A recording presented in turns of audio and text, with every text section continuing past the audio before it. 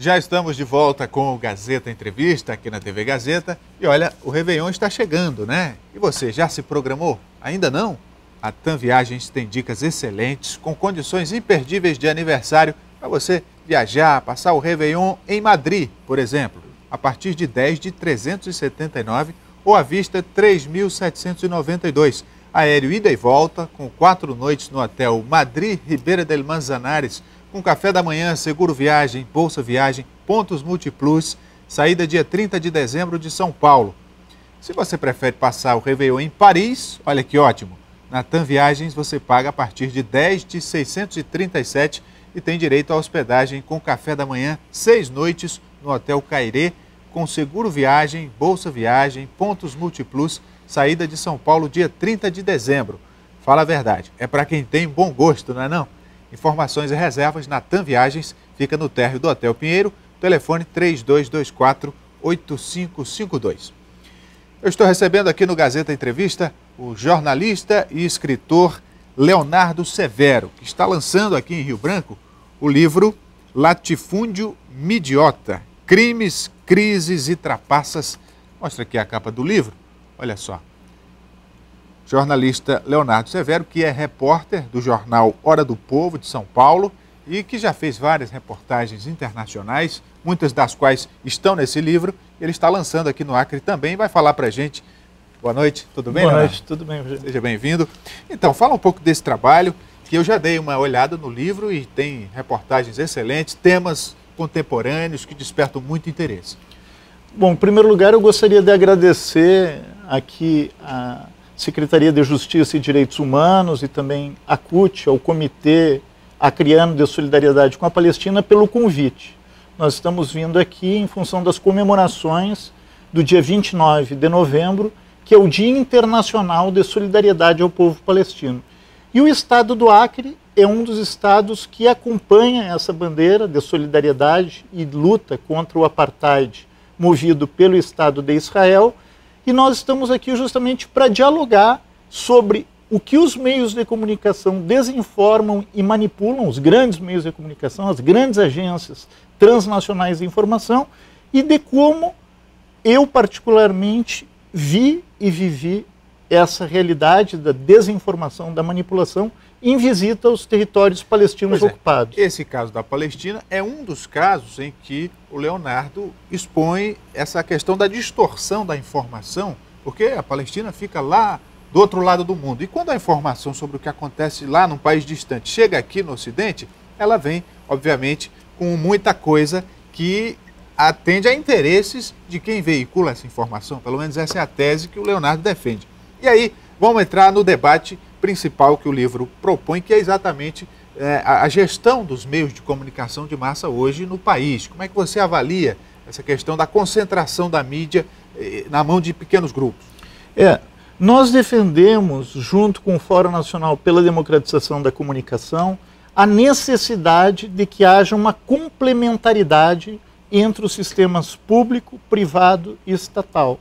Ou seja, que haja uma democratização para que seja garantida a diversidade de vozes, para que não haja uma sobreposição de uma única voz ou de algumas poucas famílias que vão interpretar a realidade a partir dos seus interesses ou dos interesses dos seus anunciantes e vão desprezar a realidade. Isso, infelizmente, é o que eu vi sobre o caso palestino, onde nós pudemos ver tropas de ocupação segregando palestinos em bantustões, que eram como os nazis sul-africanos tratavam os negros, né? Segregando em pequenas ilhas, onde havia toque de recolher, onde eles não tinham absolutamente nenhum direito, nem do ponto de vista educacional, nem do ponto de vista de saúde. Dialogo como os meios de comunicação silenciaram sobre o apartheid, meios de comunicação esses vinculados aos interesses estratégicos norte-americanos. E qual seria, então, o interesse desses meios de comunicação em se omitir, em silenciar diante dessas atrocidades? O que eles estariam ganhando com isso? Justamente pelo patrocínio do capital sionista e norte-americano, onde os judeus sionistas, ou seja, os judeus que encaram a criação do Estado de Israel como um Estado teocrático, muito dinheiro envolvido de banco e de transnacional e de capital também com alta tecnologia militar. Mas a Palestina, sendo uma área de terra tão pequena, né, com, digamos assim, um potencial econômico pequeno diante de outras áreas, de onde viria então o interesse do dinheiro? Justamente porque a Palestina, historicamente, ela ocupa um lugar geopolítico estratégico, tanto pela proximidade com o Iraque, e nós podemos ver isso na Guerra do Golfo, como nos ataques recentes à Líbia ou as pressões em relação à própria Arábia Saudita.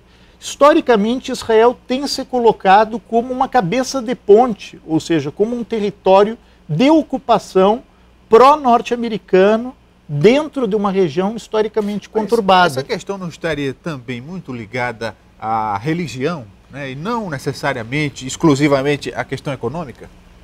Eu acredito que não, porque historicamente, tanto o povo judeu como o povo palestino, ambos têm origem semítica.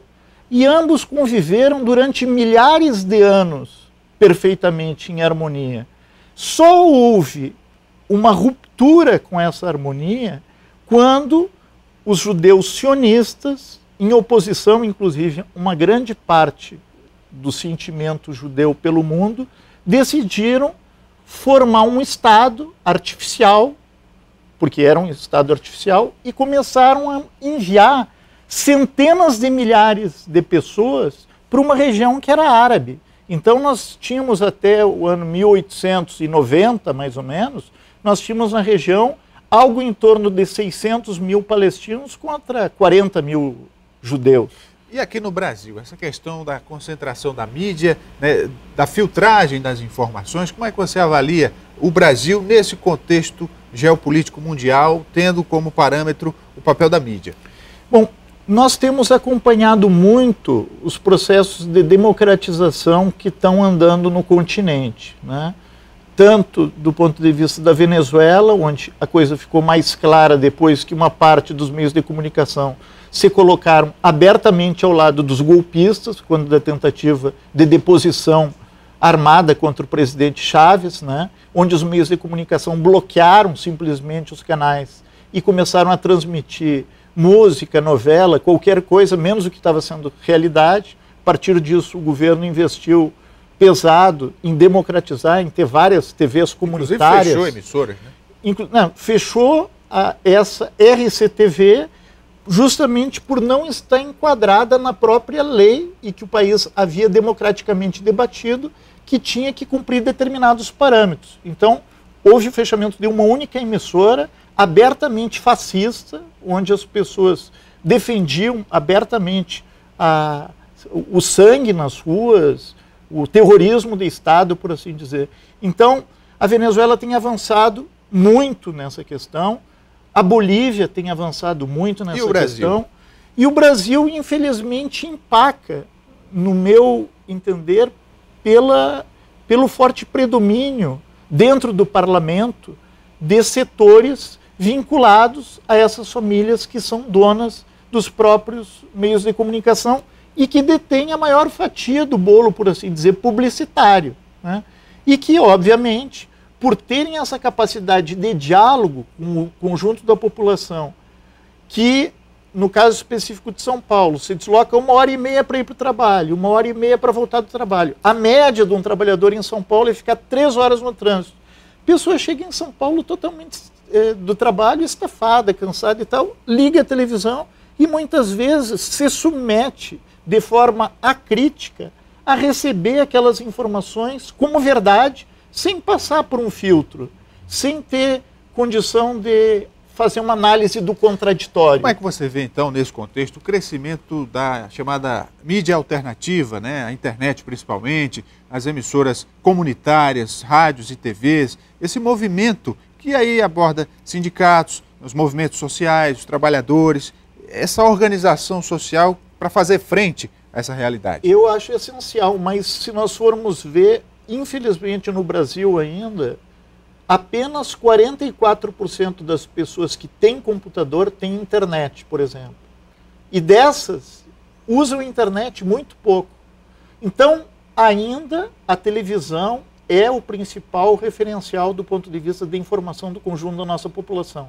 Bom, se ela é ainda o primeiro elemento central de diálogo com a sociedade, e se os meios de comunicação são concessões públicas, nada mais justo do que nós, democraticamente, como cidadãos, julgarmos a qualidade dessa informação. É totalmente absurdo que haja uma ditadura, por assim dizer, de contratos comerciais na hora da transmissão do jogo só ocorrer depois da novela, por exemplo.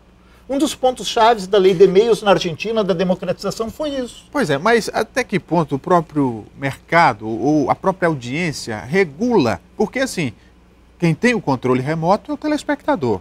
Muito embora as opções sejam poucas, mas há uma certa tolerância, um certo limite do próprio telespectador definir o que é veiculado. Eu tenho, por exemplo, o controle remoto e quero assistir, eu sou gaúcho e moro em São Paulo, quero assistir o Internacional de Porto Alegre. Eu não tenho a possibilidade de assistir. Custa R$85 eu clicar o controle remoto para ver o Internacional. Por quê? Porque existe uma imposição,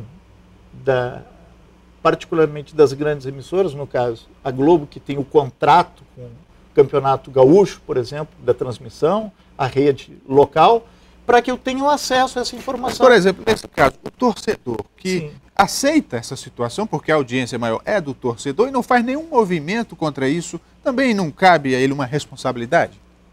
Eu acho que seria injusto nós delegarmos essa responsabilidade para a sociedade. Nós temos que ter consciência, eu não estou aqui defendendo que nós não tenhamos que nos manifestar.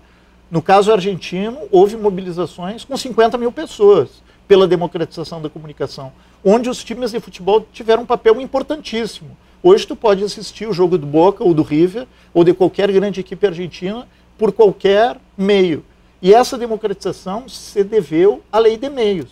E a luta pela democratização, um dos pontos chaves para ter levado dezenas de milhares de pessoas às ruas, foi justamente esse ímpeto, essa disposição, essa vontade do torcedor ver o seu time. Nosso tempo está acabando. Uma última pergunta sobre essa discussão da regulamentação da mídia no Brasil, que está muito acalorada. Como é que você vê o projeto lá que está encontrando resistência?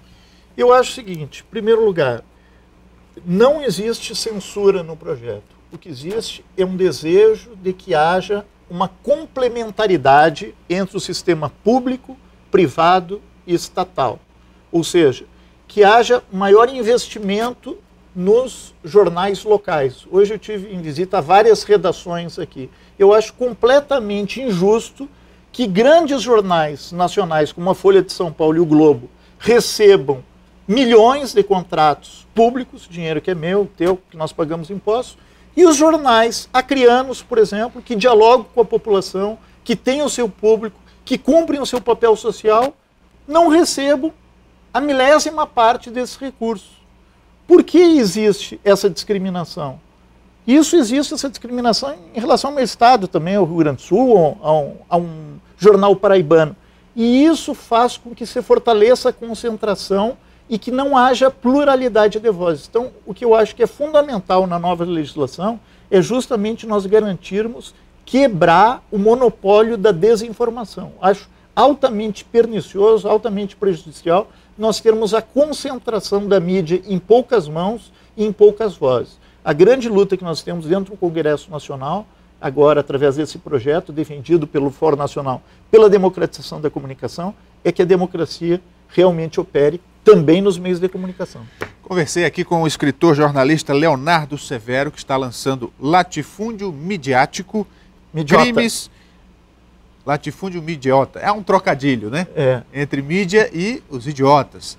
Então, Crimes, Crises e Trapaças, ele lança amanhã, sexta-feira, pela manhã, e também no sábado. São 2 eventos distintos e você pode adquirir junto com ele. Obrigado. Eu que agradeço pela gentileza. O Gazeta Entrevista vai dar uma paradinha. A gente volta daqui a pouco, depois do intervalo. Não saia daí.